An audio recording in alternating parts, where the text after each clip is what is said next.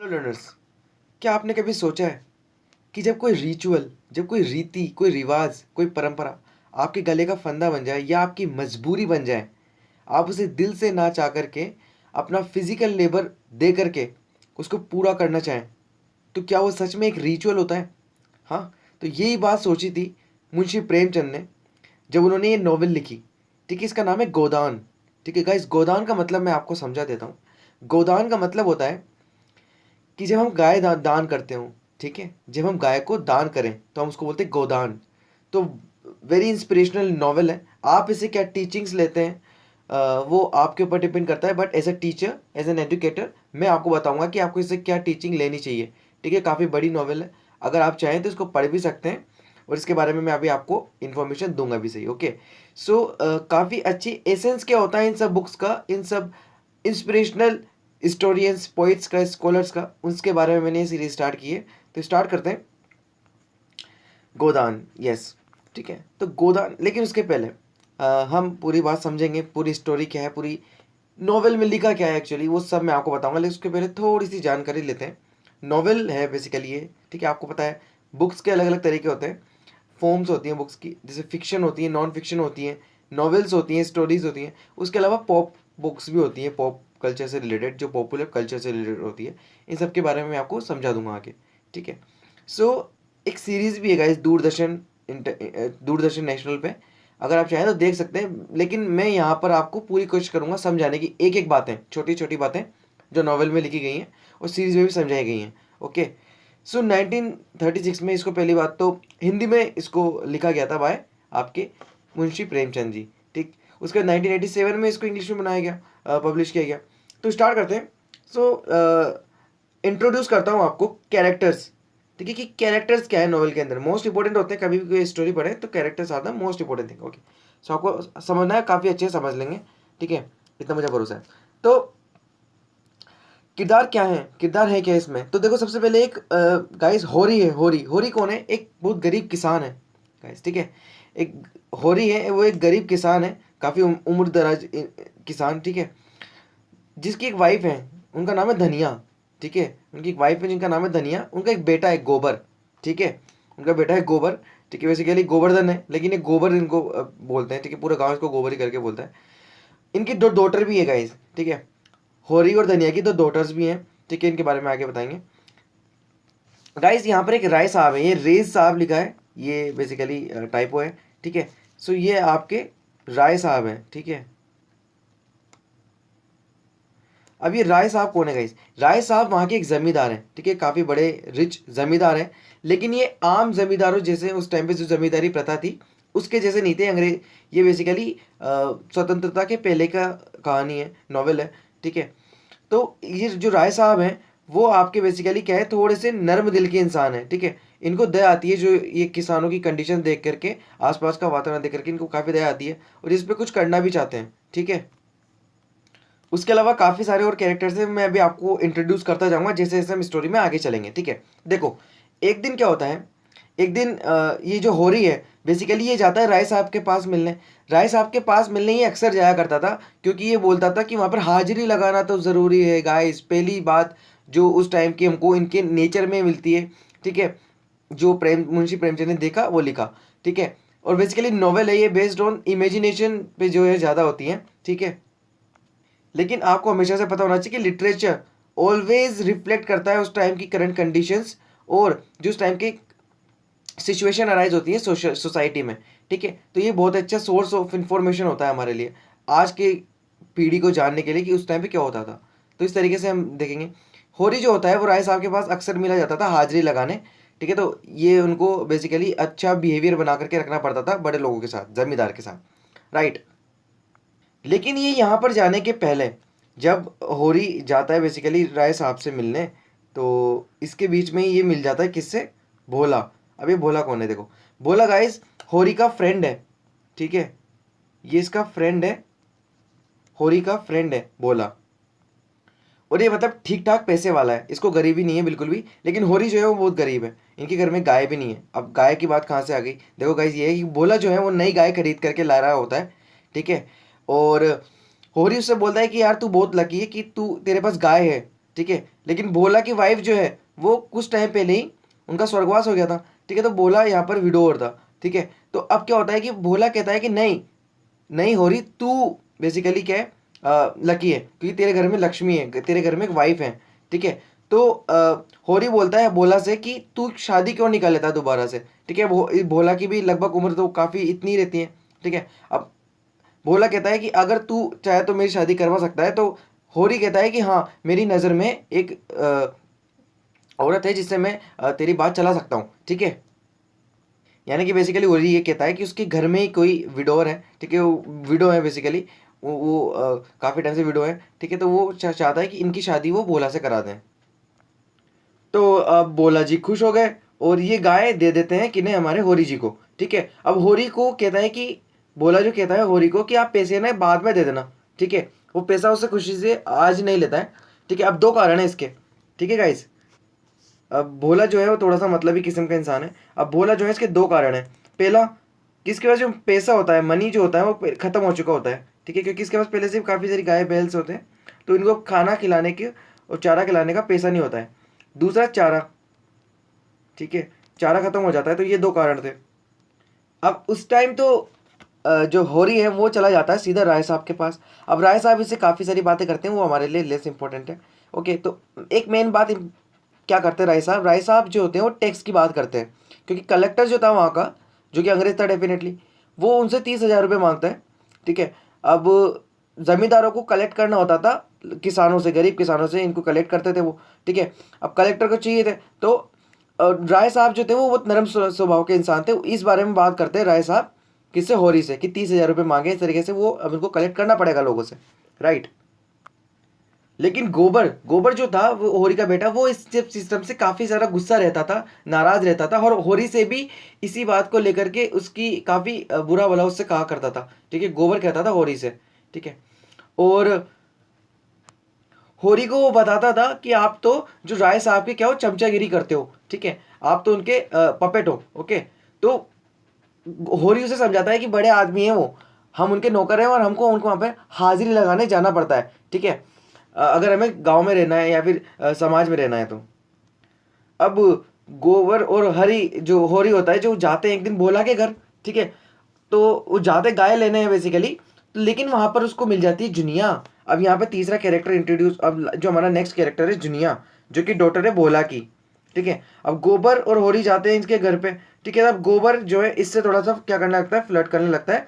बाद में जब इन दोनों में प्यार होता है, ठीक है, तो उसकी कंडीशंस क्या होती हैं, क्या सिचुएशन होती है, वो आगे बताऊंगा, लेकिन इन दोनों में आगे जाकर के प्यार होता है, ठीक है, ठीक। तो अब यहाँ पर भोला क्या कहता है, भोला कहता है बेसिकली कि आप जो है कल आना और गाय को लेकर के जाना, ठीक है। तो गोबर जो है वो अगले दिन जाता है भाई घर किसके, भोला के, और वो लेकर के आता है वहां से गाय। अब भाई गाय का आना घर में जैसे लक्ष्मी का आना है इनके इनके लिए, ठीक है, कोई संपत्ति नहीं, लेकिन पुण्य की प्राप्ति के समान थी इनके लिए गाय, ठीक है। इतनी खुशी जहाँ आज हम हमारे घर में बहुत सी गाड़ियां लेकर के आए, जब हमें इतनी खुशी नहीं होती उतनी खुशी इनको गाय लाने पर होती थी, ठीक है, और हुई थी। तो सब होते हैं और बताते हैं बड़ी सुंदर गाय होती हैं। तो धनिया जो होती है वो कहती है गाय को जो है अंदर बांधने की अंदर बांधने की ज़रूरत है। धनिया गाय को बाहर बांधने नहीं देती, क्योंकि काला जादू कोई कर दे या फिर नज़र ना लग जाए, तो उस टाइम की बातें जो कि बहुत प्रिवेलेंट थी, वो थी बातें, ठीक है। अब होरी का भाई जो कौन था, यहाँ पर मैं इंट्रोड्यूस कर रहा हूँ होरी के भाई को। होरी के दो भाई थे बेसिकली, एक तो दोनों सेपरेट, तीनों बेसिकली सेपरेट हो चुके थे, इनको प्रॉपर्टीज में डिवाइडेशन कर दिया गया था होरी के द्वारा, ठीक है। अब होरी का एक भाई जो था वो काफ़ी ज़्यादा गुस्सा रहता था होरी से, क्योंकि वो क्या समझता था, ये इसका एक भाई की प्रॉपर्टी का इसने हमें इनफ हिस्सा नहीं दिया है, यानी कि इन्होंने अपने लिए ज़्यादा बचा करके रखा है, और ये जो गाय लेकर के आया है होरी, वो उसी प्रॉपर्टी का पार्ट है, ये समझता था होरी का भाई, ठीक। अब इसी बात को लेकर के इसके बाद इसके मन में बहुत खटास आ जाती है। तो होरी क्या चाहता है, होरी ये चाहता है, ये धनिया से बोलता है कि हमको जो है गाय लौटा देनी चाहिए, ये सोचता है। लेकिन धनिया जो होती है वो इनको रोक लेती है ना, और कहती है कि भाई को इन्होंने इतना मतलब अपने बेटे की तरह पाला, लेकिन आज उसे ये दिन दिखने पड़ रहे हैं, ठीक है। अब इसी बीच शिफ्ट होती है कहानी नए कैरेक्टर्स पे। नए कैरेक्टर्स कौन है, नए कैरेक्टर्स थे आपके प्रोफेसर मेहता, जो कि बेसिकली फिलोसफी पढ़ाते थे वहाँ पे, फिलोसफी थे। प्रोफेसर थे, और एक मिस मालती। मिस मालती आपके एक डॉक्टर होती हैं, ठीक है। और देखो प्रोफेसर मेहता क्या होते हैं, ये बात करते हैं किससे, राय साहब से, ठीक है। ये राय साहब से बात करते हैं about the conditions of the farmer, farmer की क्या हालत है उस टाइम पे, उसके बारे में, ठीक। तो अब ये कहते हैं कि मुझे जो है वो बहुत काफ़ी दया आती है, राय साहब कहते हैं मुझे काफ़ी दया आती है इन लोगों पर, लेकिन प्रोफेसर मेहता कहते हैं कि आपका आइडिया जो है वो बहुत ज़्यादा समाजवादी है, लेकिन आप उस पर अमल नहीं करते हो, ठीक है। क्या आप अपनी प्रॉपर्टी छोड़ सकते हो इन किसानों के लिए? हाँ। क्या आप उनसे लगान वसूलना जो है ख़त्म कर सकते हो? नहीं ना। तो आपको ये कहना आसान लगता होगा, लेकिन अब भले आप जो ये फील करते हैं, तो राय साहब कहते हैं जो मैं फील करता हूँ वो आप नहीं समझ पाओगे। इस तरीके से बातें होती हैं यहाँ पर। फिर मिस मालती आती है। मिस मालती डॉक्टर है, ठीक है। अब एक दिन मिस मालती, प्रोफेसर मेहता और इनके साथ एक मिस्टर खन्ना, मिस्टर खन्ना उस टाइम के इंडस्ट्रियलिस्ट थे, और मिस्टर खन्ना और जो आपके राय साहब हैं वो फ्रेंड्स हैं, ठीक है। तो अब ये सोचते हैं कि एक दिन हंटिंग पे जाया जाए। अभी हंटिंग पे यानी कि जो शिकार करने जाते हैं, ठीक है। इसी बीच मिस्टर खन्ना और जो आपके राय साहब हैं, ये एक प्लानिंग करते हैं कि शुगर केन के खेत होते हैं इनके पास बहुत सारे गांव में। तो ये कहते हैं कि एक काम क्यों ना करते हैं, अपन एक शुगर मिल खोल लेते हैं, ठीक है। पार्टनरशिप में एक शुगर मिल खोल लेते हैं, और यहाँ पर जो आपके शुगर केन है डायरेक्टली यहीं आ जाया करेंगे, तो यहाँ से हम इनके जो शुगर बनती है वो यहीं से सीधे हम सप्लाई कर सकते हैं। तो इस तरीके से अब पहली टीचिंग क्या है, देखो पहली teaching guys, according to me, जो मुझे लगता है, जो मुझे बुक्स पढ़ने के बाद मुझे फील होता है, वो उसके अकॉर्डिंग मैं आपको बता दे रहा हूँ।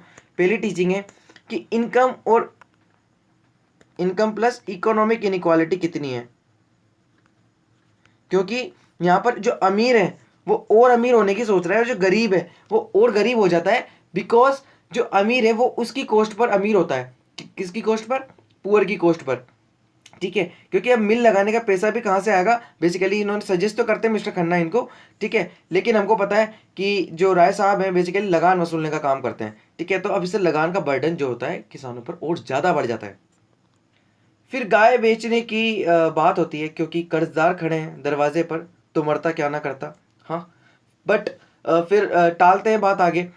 उस वक्त तो ये बात आती है कि होरी जो कहता है कि गाय को जो है बाहर बांध देना चाहिए, बाहर बरामदे में, ठीक है। तो गाय को बाहर बांध दिया जाता है, लेकिन रात को फिर जब हंगामा होता है, जब गोबर घर आता है, ठीक है, गोबर होरी को बुलाता है, कहता है कि गाय को कुछ हो गया उस टाइम पे। तो उस टाइम पे क्या होता है कि गाय को जो है कोई जहर की गोलियां दे करके मार देते हैं, ठीक है, मार दिया जाता है गाय को। अब पता चलता है कि इसको मारा किसने, ठीक है। तो होरी की पत्नी पंचायत बुलाती है, ठीक है, धनिया, ठीक है। अब होरी की हालत जो होती है वो बहुत खराब हो जाती है उस टाइम पर रो रो करके, ठीक है। पंचायत बैठती है, पता चलता है कि गोरी की होरी है उसके भाई ने मारा उसको, गाय को, ठीक है। लेकिन वो फरार हो चुका होता है इस टाइम तक, ठीक। लेकिन जो होरी होता है वो अपने भाई को सजा न दिलाना चाहता है, ठीक है, इसलिए वो इल्ज़ाम जो है वो टाल देता है और उस पर कंप्लेंट नहीं करता है पुलिस में, ठीक है। अब आती है बात कर्जदारों की, तो कर्जदारों का बर्डन जो है और भी ज़्यादा बढ़ जाता है। ज़ात व गांव से बाहर ना निकाल दिया जाए, उसका डर हमेशा लगा रहता है होरी को, इसलिए वो चाहता है कि वो जो है जितना भी कर्ज है वो सब चुका दिया जाए, ठीक है। फिर एक दिन धनिया खेत पर रात को आती है और बोलती है गोबर ने बदनाम कर दिया हमको, गोबर ने बदनाम कर दिया हमको। क्यों?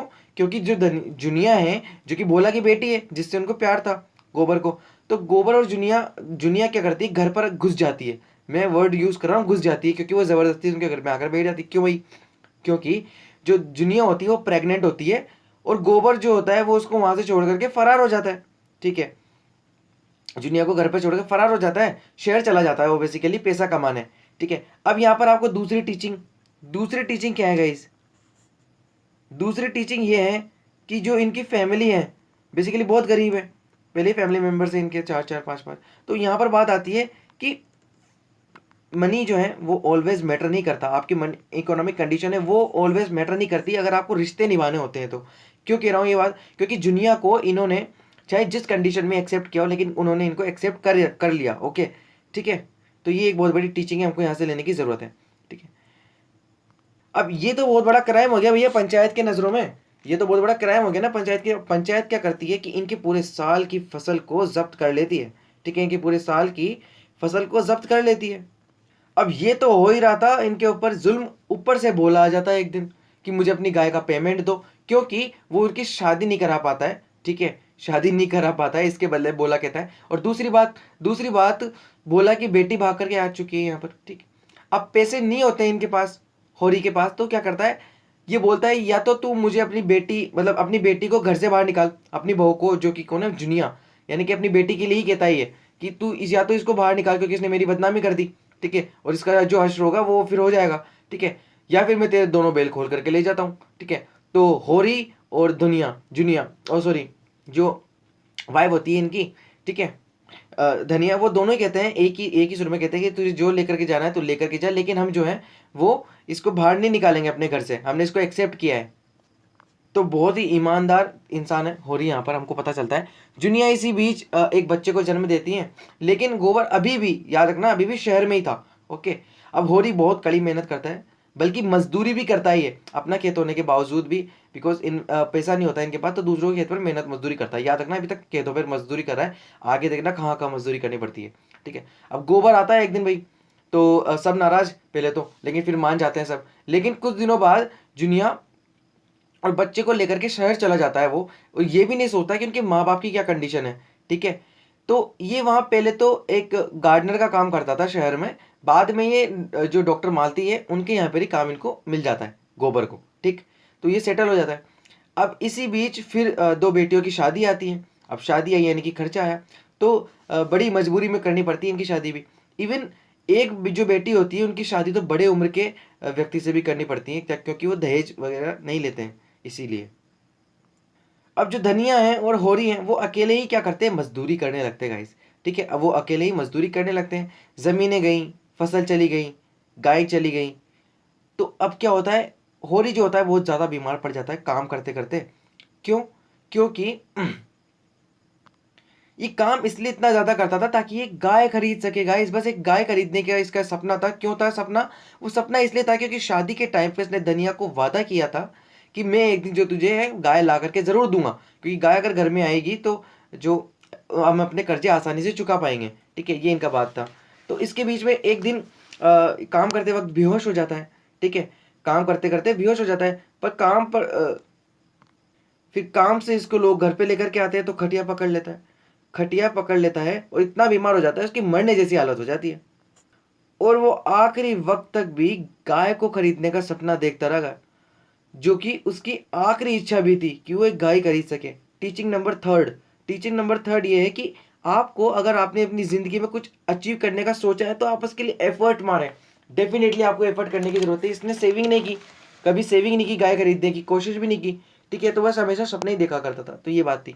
नेक्स्ट बात आती है, पंडित जी आते हैं भैया, बोलते हैं कि गोदान करना पड़ेगा, ठीक है, क्योंकि अब इनकी डेथ हुई है तो इनको गोदान करना पड़ेगा। लेकिन धनिया के पास पैसा नहीं होता, तो बोलती हैं, तो पंडित जी की बोलती है कि पंडित जी पैसा नहीं है। तो पंडित जी बोलते हैं कि ऐसा नहीं हो सकता, आपको गाय तो दान करनी पड़ेगी, ये परंपरा है हमारी, सब फॉलो करते हैं तो आपको भी फॉलो करनी पड़ेगी, ठीक है। अब धनिया इसी बीच जो होती है चक्कर खा के बेहोश हो जाती है और नॉवेल यहीं पे ख़त्म हो जाती है। टीचिंग नंबर फोर्थ क्या है भाई यहाँ पर?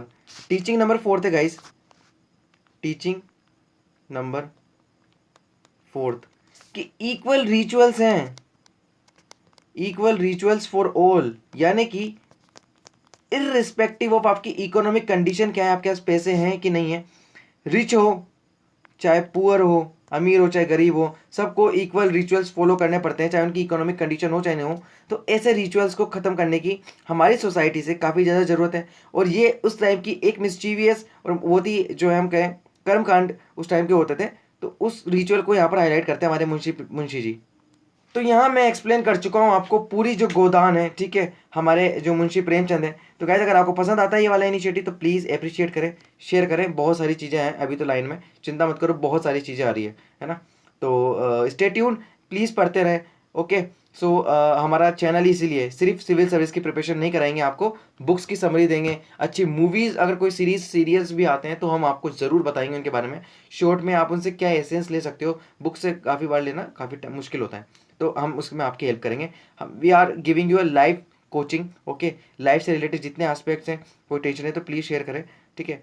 तो बिकॉज शेयरिंग जो होती है सबसे बड़ा करेज होता है, अगर आपने किसी बात को शेयर किया तो ठीक है। तो मिलता हूँ अगले लेसन में कुछ नया लेकर के। कुछ अगर पढ़ना हो सजेस्ट कर दीजिए आप कमेंट्स में, टेलीग्राम ज्वाइन करें, वहाँ पर अवेलेबल कराऊंगा पीडीएफ्स, ठीक है। तो मिलते हैं अगले लेसन में, जब तक के लिए stay tuned, keep reading and believe in yourself. Okay, so thank you and have a nice day.